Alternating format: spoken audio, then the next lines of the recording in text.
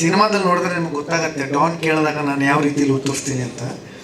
ಆದರೆ ಇಲ್ಲಿ ನಾಯಕ ನಟನಾಗಿ ಮಾತಾಡ್ತೀನಿ. ಈ ಸಿನಿಮಾ ಬಗ್ಗೆ ಎಷ್ಟೇ ಹೇಳಿದ್ರು ಅದು ಕಡಿಮೆನೇ. ಯಾಕೆ ಅಂತ ಹೇಳಿದ್ರೆ ಇದು ಒಂದು ಅನುಭವ, ಇದು ಒಂದು ವಿಭಿನ್ನವಾಗಿರ್ತಕ್ಕಂಥ ವಿಶಿಷ್ಟವಾಗಿರ್ತಕ್ಕಂಥ ವಿನೂತನ ಅನುಭವ. ಇದು ನಮ್ಮ ನಿರ್ಮಾಪಕರ ನಮ್ಮ ರೂಪಾ ಮೇಡಮ್ ಅವರು ಯಜಮಾನರು ಸರ್ವೋತ್ತಮ್ ಸರ್ ಅವರು ಇವತ್ತು ಈ ಕಾರ್ಯಕ್ರಮಕ್ಕೆ ಅವ್ರು ಬಂದಿಲ್ಲ. ಆದರೆ ಅವರು ತುಂಬ ಮುಖ್ಯ ಈ ಚಿತ್ರ ಆಗಬೇಕು ಅಂತ ಹೇಳಿದ್ರೆ. ನಾನು ಅವರು ಜಿಮ್ಮಲ್ಲಿ ಜಿಮ್ ಮೇಟ್ಸ್ ನಾವು ಇಬ್ಬರು. ಅವರು ಹೇಳಿದ್ರು ನಾನು ನಿಮ್ಮ ಜೊತೇಲಿ ಇರ್ತೀನಿ ಸರ್, ನಿಮ್ಮ ಜೊತೆಲಿ ನಾನು ಕೈ ಜೋಡಿಸ್ತೀನಿ, ಏನಾದರೂ ಒಳ್ಳೆ ಕಥೆ ಇದ್ರೆ ಹೇಳಿ ನಾವು ಸಿನಿಮಾ ಮಾಡೋಣ ಸರ್ ಅಂತ. ಅವ್ರು ಹೇಳಿದ ತಕ್ಷಣ ಹೇಳಿದ್ದಾರೆ, ನಿರ್ಮಾಪಕರೊಬ್ಬರು ಸಿಕ್ಕಿದ್ದಾರೆ ಅಂತ ನಾವು ತಕ್ಷಣ ಯಾವುದೋ ಒಂದು ಕಥೆಯನ್ನು ಆಯ್ಕೆ ಮಾಡಿ ಅವ್ರಿಗೆ ಹೇಳಬಾರ್ದು. ಅವರು ಕಥೆ ಬಗ್ಗೆ ತಲೆನೂ ಕೆಡಿಸ್ಕೊಂಡಿಲ್ಲ. ಆದರೆ ನಾನು ಸುಮಾರು ಒಂದು 6 ತಿಂಗಳು ಹುಡುಕಾಟದಲ್ಲಿದ್ದೆ. ಸಾಕಷ್ಟು ಜನಗಳನ್ನು ಕರೆಸಿದೆ, ನಾನು ಅವ್ರ ಜೊತೆಯಲ್ಲಿ ಚರ್ಚೆ ಮಾಡಿದೆ, ಕಥೆಗಳನ್ನು ಕೇಳಿದೆ. ಇನ್ನೂ ಒಬ್ಬರು ನಿರ್ದೇಶಕರನ್ನ ಕರೆದು ನಾನು ಮಾತಾಡ್ತಿರ್ಬೇಕಾದ್ರೆ ಅವ್ರ ಜೊತೆಯಲ್ಲಿ ಆನಂದರಾಜ್ ಸರ್ ಬಂದಿದ್ರು. ಅವ್ರ ಕಥೆ ಹೇಳಿದ್ರು, ನನ್ನ ಒಂದಿಷ್ಟು ಸಲಹೆ ಸೂಚನೆಗಳಿದ್ದು, ಸರಿ ಸರ್ ನಾನು ಅದನ್ನು ತಿದ್ದುಪಡಿ ಮಾಡ್ಕೊಂಡು ಬರ್ತೀನಿ ಅಂತ ಅವ್ರು ಹೇಳಿದ್ರು. ಅವ್ರ ಜೊತೆಲಿ ಇವ್ರು ಹೇಳಿದ್ರು, ನನ್ನ ಹತ್ರ ಒಂದು ಕಥೆ ಇದೆ ಸರ್ ನಾನು ಹೇಳ ಅಂತಂದರು. ಖಂಡಿತವಾಗ್ಲೂ ಹೇಳಿ ಸರ್ ಅಂತಂದೆ. ಹೇಳಿದ್ರು, ಭಾಳ ಇಷ್ಟ ಆಯಿತು ನನಗೆ, ತುಂಬ ಚೆನ್ನಾಗಿದೆ ಇದು ಅಂತಂದೆ ನಾನು. ಆದರೂ ನನಗೆ ಒಂದು 2 ದಿನ ಸಮಯ ಕೊಡಿ, ನಾನು ವಾಪಸ್ ಬರ್ತೀನಿ ಅಂತಂದರು. 2 ದಿನ ಆದಮೇಲೆ ಬಂದರು. ಅವ್ರು ಬೇರೆನೇ ಕಥೆ ಹೇಳಿದ್ರು, ಅದು ಈ ಕಥೆ ಆಗಿತ್ತು. ಭಾಳ ತುಂಬ ಇಷ್ಟ ಆಯಿತು. ಅದರಲ್ಲೂ ಒಂದಿಷ್ಟು ಸಲಹೆ ಸೂಚನೆಗಳನ್ನು ಕೊಟ್ಟೆ ನಾನು. ಮೊನ್ನೆ ಒಬ್ಬರು ನಾನು ಸಂದರ್ಶನದಲ್ಲಿ ಕೇಳಿದ್ರು, ಇಬ್ಬಿಬ್ಬರು ಹೀರೋಯಿನ್ಸ್ ಇದಾರಲ್ಲ ಸರ್, ನಿಮಗೆ ತುಂಬ ಖುಷಿ ಆಯ್ತಾ ಸಿನಿಮಾದಲ್ಲಿ ಯಾಕೆ ಮಾಡೋದಕ್ಕೆ ಅಂತ ಬೇರೆ ರೀತಿಯಲ್ಲಿ ಕೇಳಿದ್ರು. ಅಭಿನಯಿಸ್ಬೇಕಾದ್ರೆ ಇಬ್ಬರು ನಾಯಕಿ ತುಂಬ ಇಬ್ಬರು ಪ್ರತಿಭಾವಂತರು. ಅವ್ರ ಜೊತೆಯಲ್ಲಿ ಅಭಿನಯಿಸ್ಬೇಕಾದ್ರೆ ಬಹಳ ಸಂತೋಷ ಆಯಿತು ನನಗೆ, ಒಬ್ಬರಿಗಿಂತ ಒಬ್ಬರು ಪ್ರತಿಭೆ ವಿಚಾರದಲ್ಲಿ. ಆದರೆ ಇವ್ರು ಏನು ಮಾಡಿದ್ರು ಅಂತಂದರೆ, ರೇಚಲ್ ಪಾತ್ರ ಏನಿದೆ ಅದು ನನ್ನ ಸ್ನೇಹಿತನ ಪಾತ್ರ ಮಾಡಿದರು. ಏನು ಗ್ಲ್ಯಾಮರೇ ಇಲ್ಲ, ಮಜಾನೇ ಇಲ್ಲ. ಸೊ ಒಬ್ಬರು ಹೀರೋಯಿನ್ ಇರಲಿ ಅಂತಂದೆ ನಾನು. ಒಂದು ಲೈಟರ್ ನೋಟಲ್ಲಿ ಹೇಳ್ತಾ ಇದ್ದೀನಿ. ಆದರೆ ನಾಯಕಿ ಇದ್ರೆ ಏನಾಗುತ್ತೆ, ಸಾಕಷ್ಟು ಚಿಕ್ಕ ವಿಷಯಗಳು ಬರ್ತಾ ಹೋಗುತ್ತೆ, ಬೇರೆ ಆಯಾಮಗಳು ಬರುತ್ತೆ ಕಥೆಯಲ್ಲಿ. ಹಾಗಾಗಿ ನಾಯಕಿ ಇದ್ರೆ ಇದಕ್ಕೆ ಚೆನ್ನಾಗಿರುತ್ತೆ ಅಂತ ಹೇಳಿದೆ. ಅವರು ತಕ್ಷಣ ಅದನ್ನು ಬದಲಾವಣೆ ಮಾಡ್ಕೊಂಡು ಬಂದರು. ಅದರ ಸ್ವರೂಪನೇ ಬದಲಾಗೋಯಿತು. ಇಡೀ ಕಥೆ, ಇದರ ಚಿತ್ರಕಥೆ, ಸಂಭಾಷಣೆ, ಇದನ್ನು ತೆಗೆದಿರೋ ರೀತಿ ಏನಿದೆ, ಇದು ಬಹುಶಃ ನಮ್ಮ ಕನ್ನಡ ಚಿತ್ರರಂಗದಲ್ಲಿ ಇದು ಈ ರೀತಿಯ ಪ್ರಯತ್ನ ಆಗಿಲ್ಲ ಅಂತ ನಂಬಿದ್ದೀನಿ ನಾನು. ಇದು ಒಂದು ಹೊಸ ಪ್ರಯತ್ನ, ಇದು ಒಂದು ಹೊಸ ಶೈಲಿ. ಹಾಗಾಗಿ ತಾವು ಕೂಡ ಈಗ ಈ ತುಣುಕನ್ನು ನೋಡಿದಿರಿ, ನಮಗೂ ಅದು ಅನಿಸಿರುತ್ತೆ. ನಮ್ಮೆಲ್ಲರ ಹಾರೈಕೆ, ಆಶೀರ್ವಾದ, ಪ್ರೋತ್ಸಾಹ ನಮ್ಮ ಈ ಒಂದು ಹೊಸ ಪ್ರಯತ್ನಕ್ಕೆ, ಒಂದು ಹೊಸ ಪ್ರಯೋಗಕ್ಕೆ ಈ ನಮ್ಮ ತಂಡದ ಮೇಲೆ ಇರಲಿ ಅಂತ ನಾನು ತಮ್ಮಲ್ಲಿ ಕಳಕಳಿಯಿಂದ ಕೇಳ್ಕೊತೀನಿ. ಹಾಗೆಯೇ ಕೆಲವರಿಗೆ ನಾನು ಧನ್ಯವಾದಗಳನ್ನು ಹೇಳಬೇಕು. ಮೊಟ್ಟ ಮೊದಲನೇದಾಗಿ ಭಾರತೀಯಮ್ಮವ್ರಿಗೆ ನಾನು ಹೇಳಬೇಕು. ಅವರು ಕ್ಯಾಮ್ರಾ ಚಾಲನೆ ಮಾಡಿದ್ರು. ಅದಕ್ಕೂ ಮುಂಚೆ ನಾನು ಅಪ್ಪ ಅವರಿಗೆ, ಸಾಹಸ ಸಿಂಹ ಡಾಕ್ಟರ್ ವಿಷ್ಣುವರ್ಧನ್ ಅವ್ರಿಗೆ ಹೇಳಬೇಕು.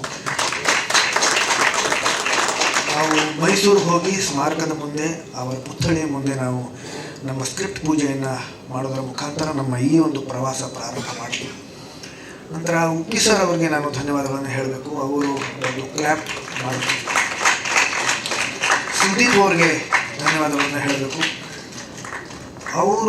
ಅವರು ನಮ್ಮ ಪೋಸ್ಟರ್ನ ಬಿಡುಗಡೆ ಮಾಡಿದ್ರು.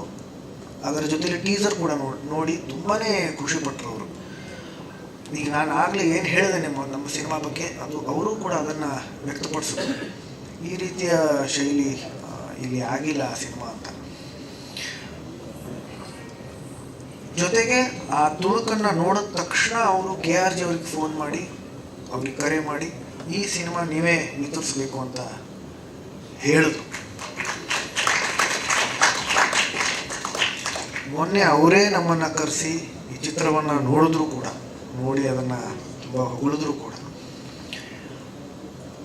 ಅವ್ರಿಗದು ಬೇಕಾಗಿರಲಿಲ್ಲ.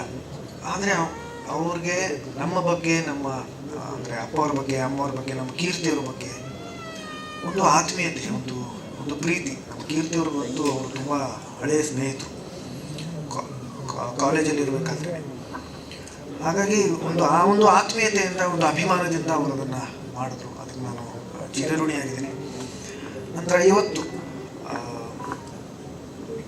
ತುಂಬ ಆತ್ಮೀಯರು ನನಗೆ, ತುಂಬ ಅತ್ಯದ್ಭುತವಾದಂಥ ಕಲಾವಿದರು, ನಿರ್ದೇಶಕರು.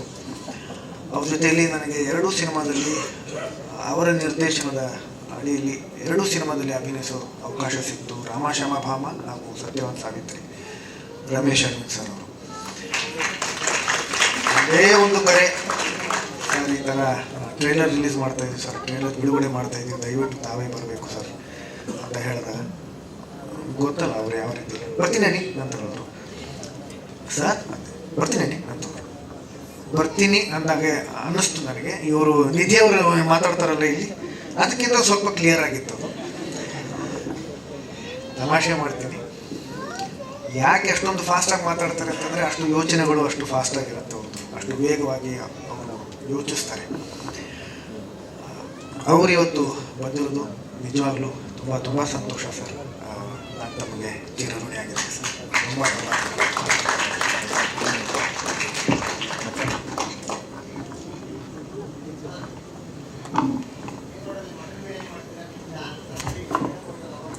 ಸರ್ ಏನು ಸರ್? ಹೌದು, ಅದು ಮಟನ್ ಬಿರಿಯಾನಿ ಅಲ್ಲ. ಬಿರಿಯಾನಿ ನಿಜ, ಮಟನ್ ಅಂತ ಹೇಳಿಲ್ಲ ಅಲ್ಲಿ. ಅದು ಮಟನ್ ಅಂತ ಹೇಳಿಲ್ವೇ? ಮಟನ್ನು ಚಿಕನ್ನು ಗೊತ್ತಿಲ್ಲ ನಮಗೆ. ಅಲ್ವಾ ವ್ಯಕ್ತಿನ ನಾನು ಕತ್ತರಿಸೋದು ಇದೆ ಶಾರ್ಟು. ಸುಮ್ಮನೆ ಹಿಂಟ್ ಕೊಟ್ಟಿದ್ದೀನಿ. ಹ್ಯೂಮನ್ ಮಟನ್ ಅಲ್ಲ, ಚಿಕನ್ ಗೊತ್ತಿಲ್ಲಪ್ಪ, ನೋಡಿ ಗೊತ್ತಿಲ್ಲ, ನೋಡೋಣ ಸರ್. ಗೊತ್ತಿಲ್ಲ ನೋಡಿ. ಆಮೇಲೆ ಇನ್ನೊಂದು ಹೇಳ್ತೀನಿ, ಇಷ್ಟೊಂದು ಜನಗಳಿಗೆ ನಾನು ಧನ್ಯವಾದಗಳನ್ನು ಹೇಳಿದೆ. ನಮ್ಮ ಅಭಿಮಾನಿಗಳು ನನ್ನ ಜೊತೆಯಲ್ಲಿ ಎಲ್ಲ ಸಂಘರ್ಷದ ದಿನಗಳಲ್ಲೂ ನನ್ನ ಜೊತೆಯಲ್ಲಿ ನಿಂತ್ಕೊಂಡಿದ್ದಾರೆ, ನನ್ನನ್ನು ಹಾರೈಸಿದ್ದಾರೆ, ನನಗೋಸ್ಕರ ಪೂಜೆ ಪುನಸ್ಕಾರಗಳನ್ನು ಮಾಡಿದ್ದಾರೆ, ಹೋಮಗಳನ್ನು ಮಾಡ್ಕೊಂಡಿದ್ದಾರೆ. ಅವ್ರಿಗೆ ನಾನು ಧನ್ಯವಾದಗಳನ್ನು ಹೇಳ್ತೀನಿ. ಮತ್ತು ಮಾಧ್ಯಮದವ್ರಿಗೆ, ಇವತ್ತು ಇಷ್ಟು ಸಂಖ್ಯೆಯಲ್ಲಿ ಮಾಧ್ಯಮದವರು ಬಂದಿದ್ದೀರಿ, ನಿಜಕ್ಕೂ ತುಂಬ ತುಂಬ ಧನ್ಯವಾದಗಳು. ನಿಮ್ಮ ಸಹಕಾರ ಇದೆ, ನಾವು ಮುಂದೆ ಒಂದೂ ಕೂಡ ಹೆಜ್ಜೆ ಇಡೋದಕ್ಕಾಗಲ್ಲ. ಅದಕ್ಕೆ ಯಶಸ್ಸು ಸಿಗಬೇಕು ಅಂತಂದರೆ ತಮ್ಮೆಲ್ಲರ ಬೆಂಬಲ, ಪ್ರೋತ್ಸಾಹ ಅತ್ಯಗತ್ಯ. ನಾವು ಇಷ್ಟು ಸಂಖ್ಯೆಯಲ್ಲಿ ಇವತ್ತು ಬಂದಿದ್ದೀರಿ, ನಮ್ಮನ್ನು ಹಾರೈಸೋದಕ್ಕೆ ಬಂದಿದ್ದೀರಿ. ತುಂಬ ತುಂಬ ತುಂಬ ತುಂಬ ಧನ್ಯವಾದ.